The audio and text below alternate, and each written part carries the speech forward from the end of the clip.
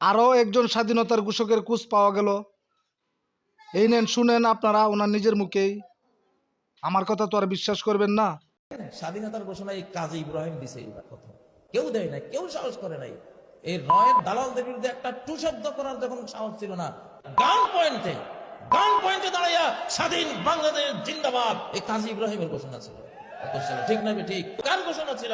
এই কাজী ইব্রাহিমের ঘোষণা ছিল। এই রাজাকার ধর ধর মার মার, এই ঘোষণা কার ছিল? কথা শুনতে হবে ইনশাআল্লাহ। স্বাধীনতার জন্য জীবনের ঝুঁকি নিয়ে এটা আনছে, ঠিক না ঠিক? আমরা কি বাঙালিরা সবাই তাল গাছের মালিক হয়ে গেলাম?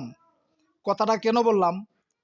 তাল গাছের একটা নিয়ম আছে, যে তাল গাছ রোপণ করবে সে বেঁচে থাকতে ওই গাছে তাল আসবে না, কারণ তাল গাছের তাল হইতে অনেক বছর সময় নেয়। ঠিক মুক্তিযুদ্ধের বিষয়টাও তেমন হয়ে গেল, কারণ মুক্তিযুদ্ধ এখন বেশিরভাগই মরে গেছে।